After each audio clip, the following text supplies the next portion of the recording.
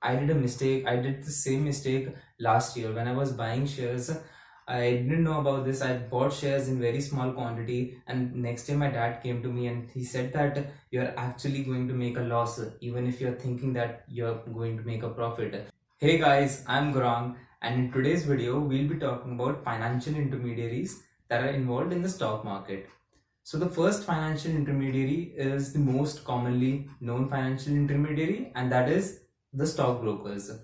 Now these act as a medium for buying and selling of shares, and you can either buy or sell shares by yourself, or you can call up your broker and ask them to execute your trade. Now there are mainly two types of brokers. One is discount brokers like Upstocks, Zerodha, Angel Brokers, or 5paisa. Now, the main advantage of a discount broker is that they charge you very less brokerage charges. So, whenever you're buying or selling shares, there are some brokerage charges or charges that are cut by these financial intermediaries. So, the charge that is cut from these brokers are called broker charges. So, in these discount brokers, these charges are very minimal because they only provide you with a trading platform to invest.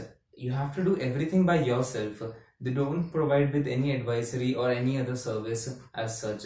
That's why they are very cheap, and mostly people with smaller amounts of money choose these discount brokers. Whereas on the other side, you have full service brokers like HDFC Securities or Kotak Securities or ICICI Direct. Now, there are many advantages of full service brokers also, but these brokers charge high brokerage charges for the investors, because firstly they provide many more services like advisory service, or you can trade in mutual funds, or you can even have tax benefits, get tax tips from the advisors. Secondly, they also provide security of your money, because these companies like HDFC Securities is linked to HDFC Bank. So if HDFC Securities in future is facing some problem with money, handling money, they can directly contact HDFC Bank, and they have that large pool of money to save them. So these full service brokers are mainly recommended for people who have high net worth, and because mainly because these high net worth people wouldn't have much time to go and invest into the stock market by themselves, do their research, so they'll rather choose a mutual fund or a PMS service and some advisors for them to invest rather than investing themselves. They will charge a little bit high brokerage, but that will be worth it. So these are the main two types of brokers from where you can buy or sell shares. But whenever you are buying and selling shares, so after buying, you need to hold these shares for some time. Suppose you are buying a share and you plan to sell it after 1 year. So till that time, that share needs to be hold. Share needs to be kept in safety, right? So that's where the second financial intermediary comes in place, which are depositories and depository participants. So earlier, before 1996, what used to happen is that whenever you go and buy a share, you'll get a share certificate, which is a physical paper, and you'll have to keep it safe with you. So suppose you go and buy a share, you get a share certificate, and you plan to sell that share after 1 year. You have to keep that share certificate safe with you, and after 1 year, when you're planning to sell that share, you have to return that share certificate. Now that caused a lot of problems, because you have to keep that physical copy safe with you, and if it's not safe with you, or if you lose it, you lose the shares, and hence you lose your money, right? So after 1996, when digitalization came, so what happened was that these physical share certificates got dematerialized, and you got to form a demat account from now on. So what happened is that all the shares that you buy are stored digitally by depositories. There are two depositories in India which store these shares digitally. One is NSDL and the other is CDSL. So these two depositories keep and hold these shares that you buy from the stock market, from the exchanges, and these are highly regulated by the government, by the SEBI, so you don't have to worry much about that. But what happens is, you go and buy a share from the trading account, that is your broker's account, and from the exchange that comes to the demat account. But what happens is that this broker's account and demat account are not linked. They are not allowed to be linked together. So whenever you go to a broker's account, you have to go and make a demat account separately, right? Now you can't make a demat account directly from the broker's account because they are not allowed to link with each other. So there comes another financial intermediary in between, which is depository participants, and it acts like an agent for the depositories only. So you go to the depository participant from the broker's account, you go to the depository participant, and that depository participant makes you a depository, your demat account, where you can store your shares.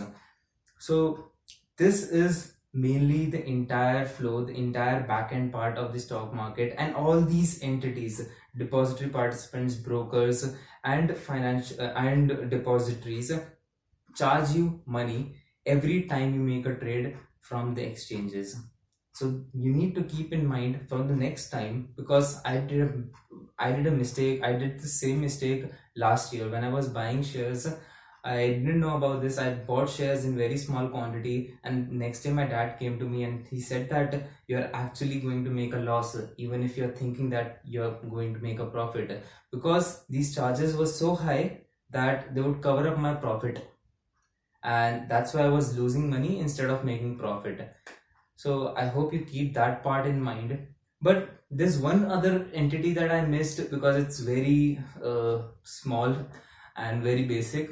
So the broker's account that you're making, and whenever you're buying shares, you need some money in the broker's account to buy shares, right? Money won't automatically appear in the broker's account. So you have to transfer your funds from the bank account to your broker's account, and for that you'll have to link the broker's account with your bank account, and only one bank account can be linked at a particular time. So you need to keep that in mind. You can of course change the bank account, but again it requires a little bit of hassle in that. So rather keep one bank account and link it to the broker's account. I hope you got the picture about how the stock market works from behind and where different charges are cut from you. But let's understand this with the help of an example to make things more clear and more smoother. Now suppose you have 20,000 rupees in your bank account. You transfer these 20,000 rupees to your trading account.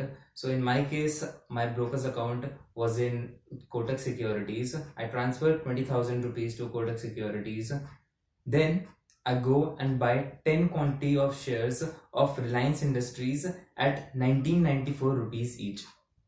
Now whenever I am buying these 10 shares, that means someone else, so I'm buying these shares from Hyderabad, and someone in Pune is selling me these shares, and that's why I'm getting these 10 shares of Reliance at 1994. So that person sitting in Pune is selling these 10 shares at 1994 rupees, and I'm buying them. And all this work of connecting two people, the buyers and sellers, are done by the exchange themselves. So in this case, let's take BSE for example. So I buy 10 shares from BSE. They sit in my demat account from now. Now the process in between, which I explained to you about buyers and sellers, this part is handled by wholly owned subsidiaries of these exchanges themselves. These are NSCCL and ICCL. So these subsidiaries handle about connecting these buyers and sellers. So I might be buying these 10 shares, but these 10 shares might be from two different sellers. So that's also possible.